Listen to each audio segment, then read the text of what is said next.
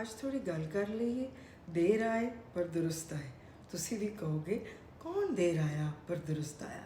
ਬਈ of course, finally Washington has realized that nuclear armed neighbors cannot be ignored. अब आप कहेंगे ये कैसे? ਹੁਣ ਵਾਸ਼ਿੰਗਟਨ ਵਿੱਚ 100 ਦਿਨ ਮੁਕੰਮਲ ਹੋ ਗਏ ਨੇ ਡੋਨਲਡ ਟਰੰਪ ਦੀ ਪ੍ਰੈਜ਼ੀਡੈਂਸੀ ਦੇ, ਤੇ ਫਿਰ ਦੇਰ ਆਏ ਦਰੁਸਤ ਆਏ। ਤੁਸੀਂ ਵੀ ਕਹੋਗੇ ਕੌਣ ਦੇਰ ਆਏ ਦਰੁਸਤ ਆਏ? ਬਈ of course better sense prevailed और वाशिंगटन ने सोचा कि हुण nuclear armed neighbours India and Pakistan को ऐसे छोड़ा नहीं जा सकता।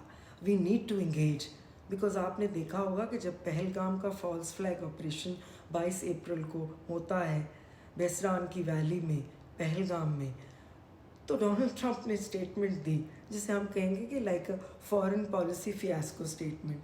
डोनाल्ड ट्रंप कहते हैं ये तो 1500 साल पुराना कश्मीर का मसला है, तो India and Pakistan will figure it out themselves. तो फिगर इट आउट दमसेल्व्स से फ़ौरन से पलटे हैं डोनाल्ड ट्रंप, और अब उन्होंने मार्को रूबियो को कहा है कि इंगेज करें, कॉल करें Delhi and Islamabad, so that these nuclear armed neighbors don't go all out war। तो हुण वेखो secretary of state Marco Rubio call करेंगे, इंगेज करेंगे दिल्ली और इस्लामाबाद को, भाई कितने nuclear all out war start ना हो जाए। भाई ऑफ कोर्स करोड़ों अवाम की ज़िंदगियों का सवाल है, ना सिर्फ रीजन की बल्कि ये ग्लोबल सिक्योरिटी का थ्रेट है, ये ग्लोबल सिक्योरिटी को चैलेंज है।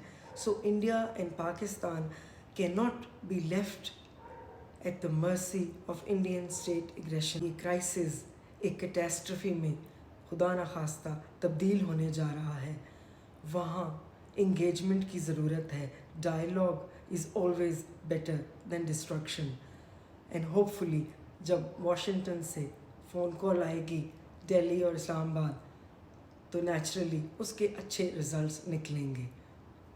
आपको बताते हैं कि 22 अप्रैल को पहलगाम का फॉल्स फ्लैग ऑपरेशन होता है।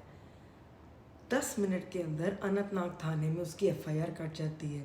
बंदा पूछे 400 किलोमीटर पेनिट्रेशन हो गई इंडियन बॉर्डर में, लेकिन ਤੁਹਾਡੀ सिक्योरिटी फोर्सेस इंगेज नहीं कर पाइयां सो कॉल्ड दहशतगर्दां नूं, लेकिन FIR तुसीं 10 मिनट कट दी। रेस्क्यू टीमें पहुंची नहीं अभी, वो एरिया एक्सेसिबल ही नहीं है बाय रोड, लेकिन खच्चरां ते भी बह के रेस्क्यू वाले नहीं पहुंचे, लेकिन FIR कटेगी। तो with this these details expose the Indian malice behind all this, the Indian state terrorism।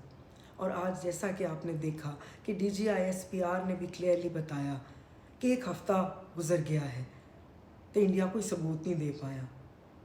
Modi सरकार ने दर्जन से ज़्यादा इंटरनेशनल लीडर्स को इंगेज करने की कोशिश की, G20 के डिप्लोमेट्स को इंगेज किया, और न्यूयॉर्क टाइम्स की रिपोर्ट, लेकिन पाकिस्तान ने एक्सपोज कर दिया है इंडियन स्पॉन्सर्ड स्टेट टेररिज्म को।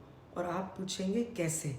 भाई असी बंदा पढ़ लिया ना, पाकिस्तानी नेशनल जेलम के करीब से पकड़ा जाता है और उसके लिंक्स रॉ से नहीं, उसके लिंक्स इंडियन आर्मी से हैं, और ना सिर्फ लिंक्स हैं बल्कि इंडियन आर्मी के सर्विंग मेजर उसको कोऑर्डिनेट कर रहे थे, उसको गाइड कर रहे थे, उसको मॉनिटर कर रहे थे, उसको मैनेज कर रहे थे। दासी फड़िया जेलम के करीब, उहदे घरों ड्रोन भी मिले है।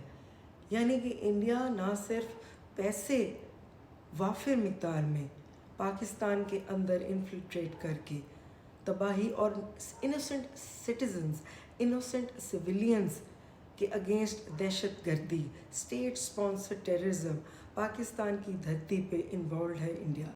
पहलगाम का ये जो फॉल्स फ्लैग ऑपरेशन है और इसके बाद इंडिया ने जो जंप किया है एक बैंड वैगन वॉर मॉन्गरिंग की, तो उस पर इंडियन और पाकिस्तानी अवाम कुछ इस तरह से जज्बात रखते हैं।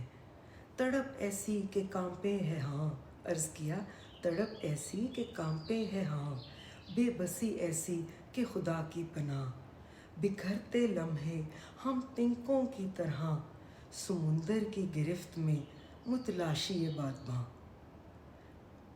मेरे ते ना रहना, जागते रहना। Till next time, take care, अल्लाह हाफिज़।